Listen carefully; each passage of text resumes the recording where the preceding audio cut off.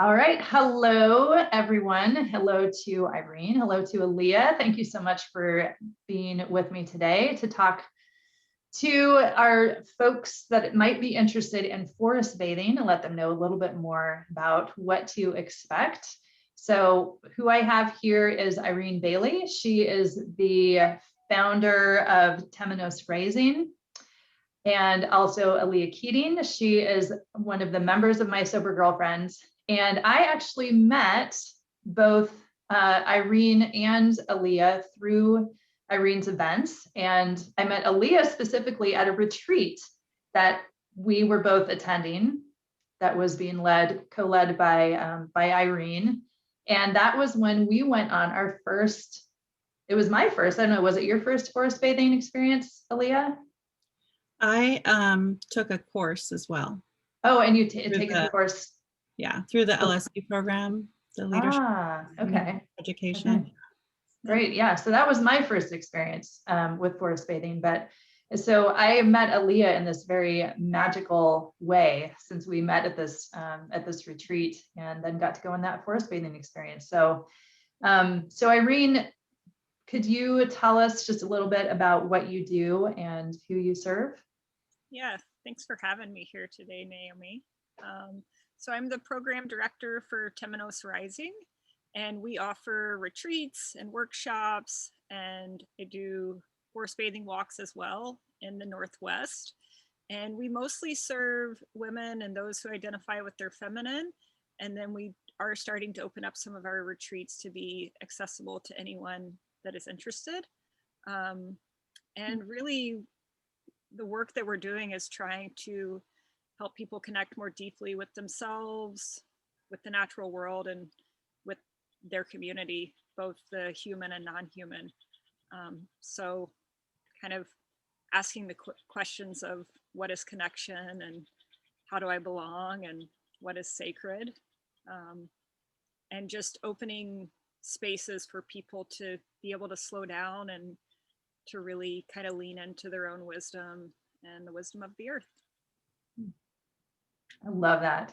Love it. And also, I just want to mention that Irene's background is not a virtual background. It is a real background. She is actually outside, and that is real skunk cabbage behind her. And Alea, do you want to tell us a little bit about what you have been up to recently? I'm taking my final term at Portland State University with the School of Education Leadership for Sustainable Education program. And so I'm currently in the midst of writing my comps paper, the comprehensive exam. I met Irene and Naomi, as Naomi stated, at a wonderful event put on by Temenos, where it was kind of my first real experience outside of school, where I could forest bathe with a group of women that I just met, and it connected us on a really natural, holistic level. Yeah. Yeah, absolutely. Yeah, Irene, you're really good at creating those kinds of circumstances for that kind of thing to happen. So it was a wonderful experience.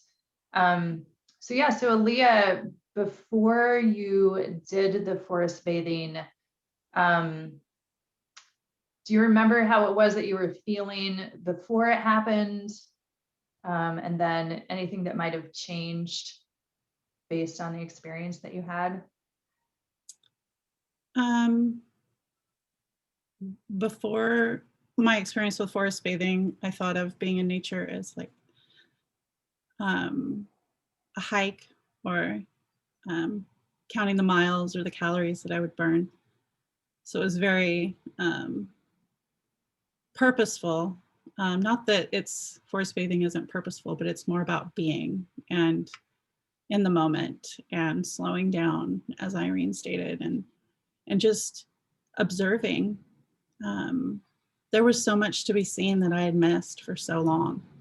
And so having the opportunity to just see the little pieces of the forest that work together and how connected everything is, is it's anxiety reducing. I'd say that's the biggest takeaway, because the art of slowing down and noticing what's going on around you just reduces your level of anxiety naturally.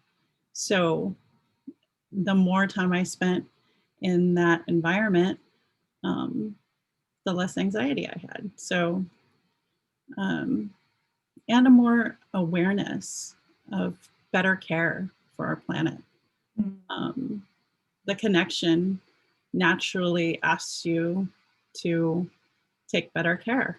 So it just emerges from the experience.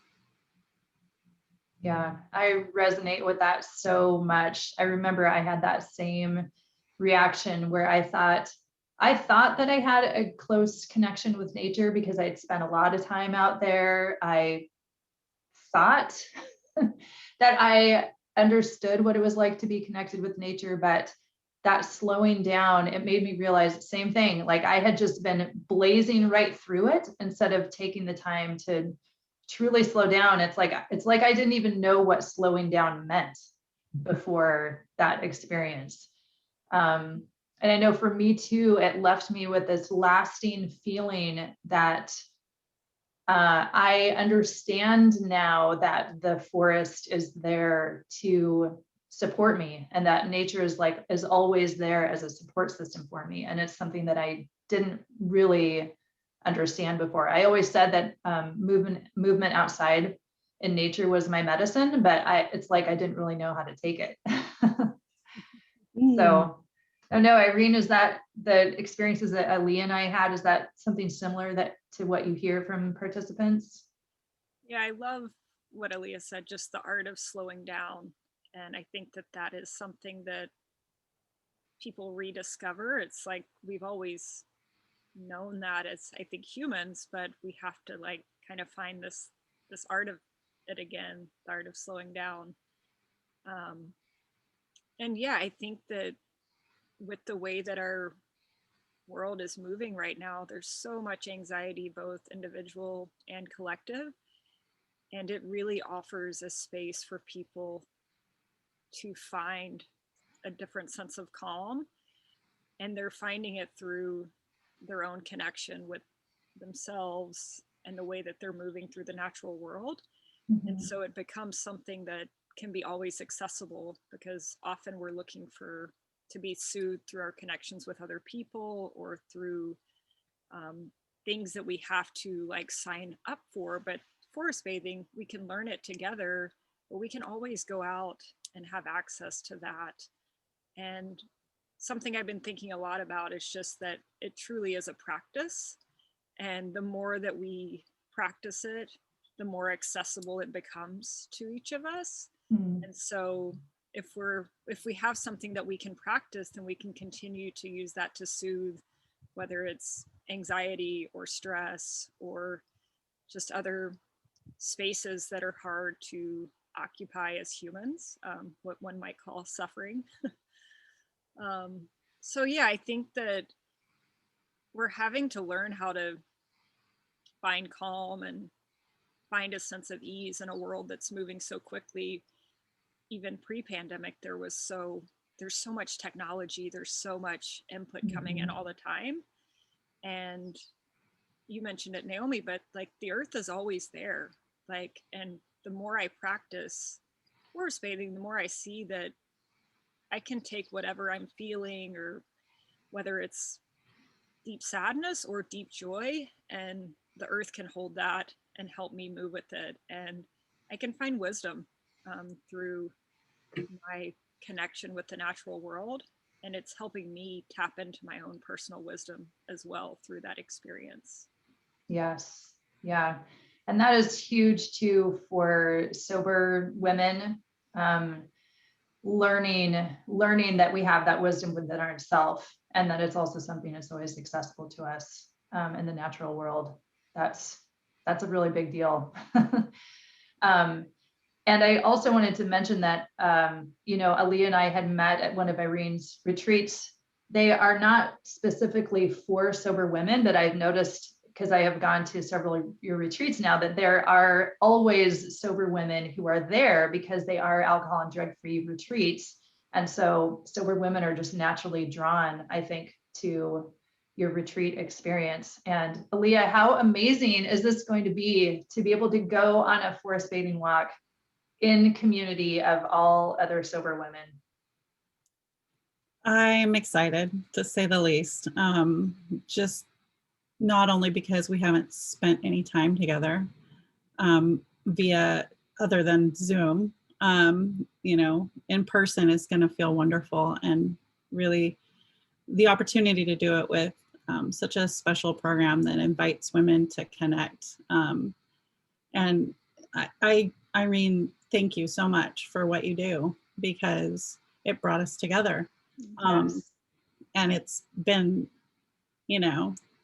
friends, it's emerging and evolving, and opportunity to meet new people in an area that I wouldn't have them. And so, yeah, thank you for what you do.